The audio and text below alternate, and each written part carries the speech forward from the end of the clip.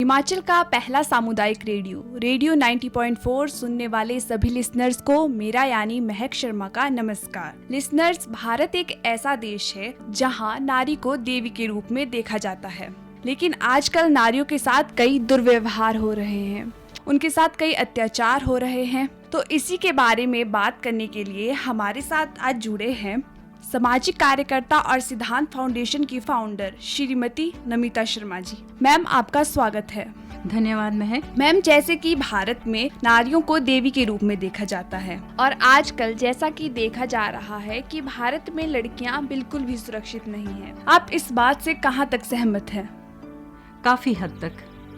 मैं बहुत हद तक इस बात से सहमत हूँ कि महिलाएं अपने ही घरों में, आप तो देश की बात कर रहे हैं, मैं बात कर रही हूँ कि महिलाएं, बच्चियां अपने ही घरों में भी असुरक्षित हैं। तो इस बात से मैं इत्तेफाक रखती हूँ। मैम, जैसे कि लंदन स्थित एजेंसी थॉमसन रॉयटर्स के अनुसार भारत महिलाओं के लिए सबसे खतरनाक देश बन चुका है। हालांकि सरकार और महिला आयोग इस बात से सहमत नहीं है। इस बारे में आपकी क्या राय है?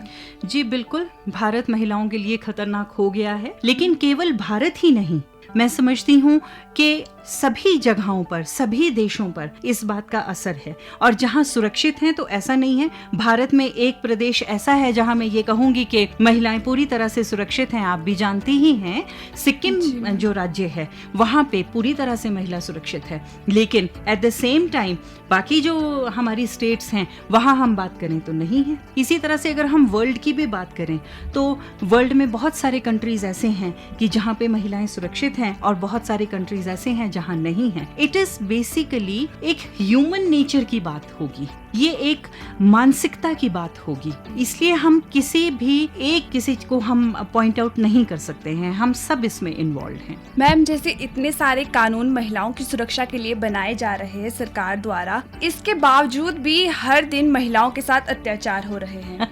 इसका क्या कारण हो सकता है? जी देखिए, हमारे लिए कानून बना महिलाओं के लिए, मतलब हमारे लिए इतने सारे सुरक्षा को लेकर इतनी सारे एक्ट्स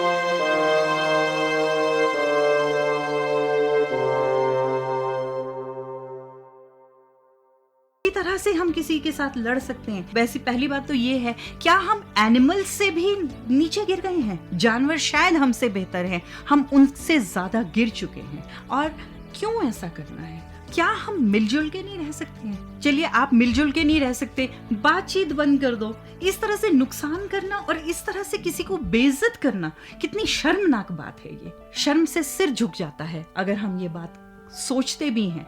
खुद आईने में खुद को देखने में शर्म आती है कि क्या हम ऐसे देश में रहते हैं? क्या हम बहुत बड़ी बड़ी बातें करते हैं।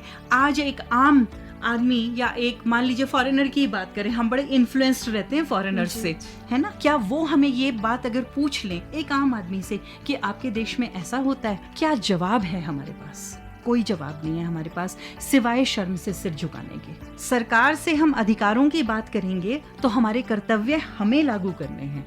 मैं अधिकार लेना चाहती हूँ तो मुझे अपना कर्तव्य भी निभाना होगा। सरकार ने मेरे लिए कानून बनाया तो मुझे अपना कर्तव्य निभाना है। हम क्या करते हैं? हम भाग जाते हैं। जब वो कर्तव्य निभाने की बात आती है ना, तब हम सब भाग जाते हैं। एक बड़ी कॉमन सी बात है, कहीं एक्सीडेंट हो जाए, कितने लोग उतर के उस पेशेंट को मदद करते हैं? सब भाग जाते हैं। हार्डली कोई होंगे बीच में, कोई रुकते हैं, उसके पास जाते हैं, हॉस्पिटल लेकर जाते हैं। कितने लोग हैं? आप उंगलियों पे काउंट।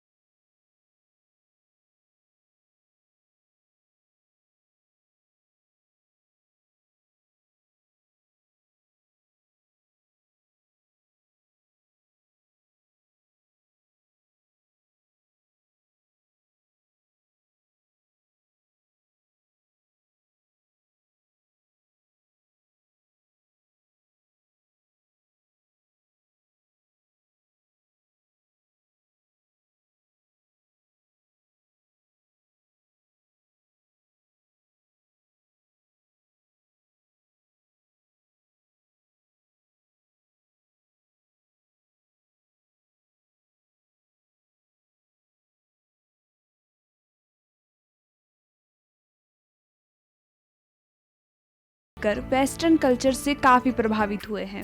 ना जाने ऐसे कितने ही हादसे हैं जो लड़कियों महिलाओं के साथ हुए हैं, जिनमें ज्यादातर ने अपनी जान भी गंवाई है। आप निर्भया कांड की बात कर लीजिए या साक्षी हत्याकांड, नाम बहुत है। सवाल ये है कि कभी ऐसा भी वक्त होगा जब हमारा देश पूरी तरह से सुरक्षित होगा महिलाओं और लड़कियों के लिए। जी बिल्कुल, इसके लिए हमें अपने लड़कों को एजुकेट करना होगा। जी मैम, हमें अपने घरों में अपने लड़कों को एजुकेट करना होगा।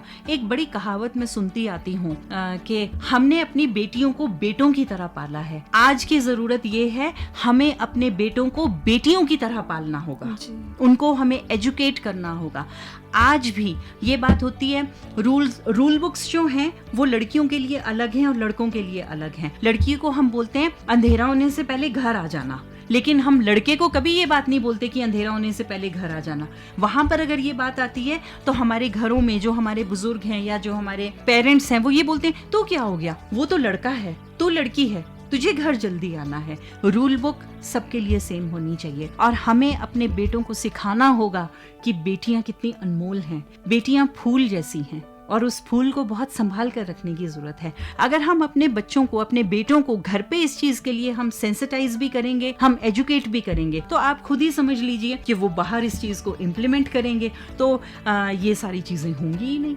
एजुकेशन जो है वो बहुत बड़ा पार्ट प्ले करती है। हम स्कूल में तो पढ़ रहे हैं, लेकिन घर पे हमारे माहौल वैसा नहीं है। जो चीज हम पढ़ रहे हैं उसकी इम्प्लीमेंटेशन होना बहुत जरूरी है। सिर्फ पढ़ने का मतलब नंबर लेना नहीं है। पढ़ने का मतलब है हम मानसिक रूप से अपने आप को कितना एजुकेट कर पाते हैं। एक PhD या एक MA जो जिस बच्चे ने की है, हो सकता है कि उसकी इम्प्लीमेंटेशन लेवल 0 हो, और हो सकता है कि जो 6ठी 7वीं पढ़ा हुआ हो या 10 पढ़ा हुआ हो सकता है वो बहुत सारी चीजों को इम्प्लीमेंट करता हो। तो बात ये आती है कि हम जो पढ़ रहे हैं, हमें जो पढ़ाया जा रहा है, उसको हम अपनी जिंदगी में कितना उतारते हैं। एक छोटी सी बात है, हमारी जो सोसाइटी है वो हमारे घरों से ही शुरू होती है और बाद ही में वो बड़ा प्रदेश और देश और फिर कंट्रीज बनती हैं।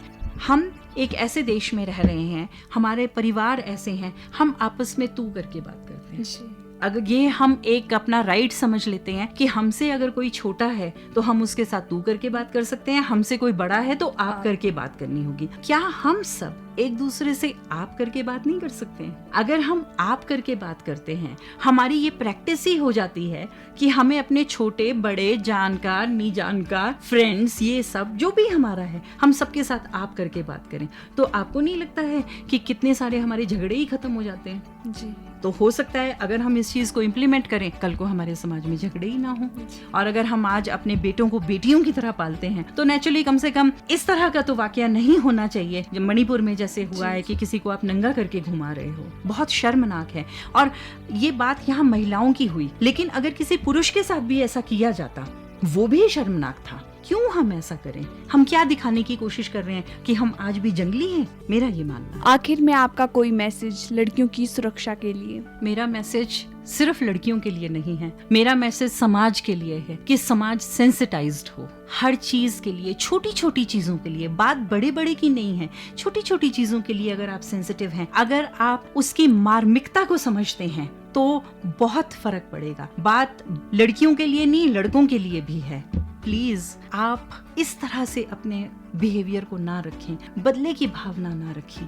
हम सब एक सूत्र से जुड़े हुए हैं, उस सूत्र को समझें। हमारा समाज एक माला में पिरोया हुआ मोती है, इतने सारे मोती हैं उस माला में। उस माला को टूटने ना दें, उस माला को संभाल के रखें। मेरा यही संदेश है सबके लिए, खास करके लड़कियों के लिए नहीं है, सबके लिए यही संदेश है कि आप एक माला बनकर रहें, आप एक दूसरे का ख्याल रखें, एक दूसरे के साथ में रहें, गलत ईंटें हटाएं, समाज अपने आप सही होगा। जी मैम, क्योंकि ये देश भी हम लोगों से मिलकर बना है, खाली लड़कियों या लड़कों से नहीं, सभी लोगों से मिलकर बना है। जी बिल्कुल।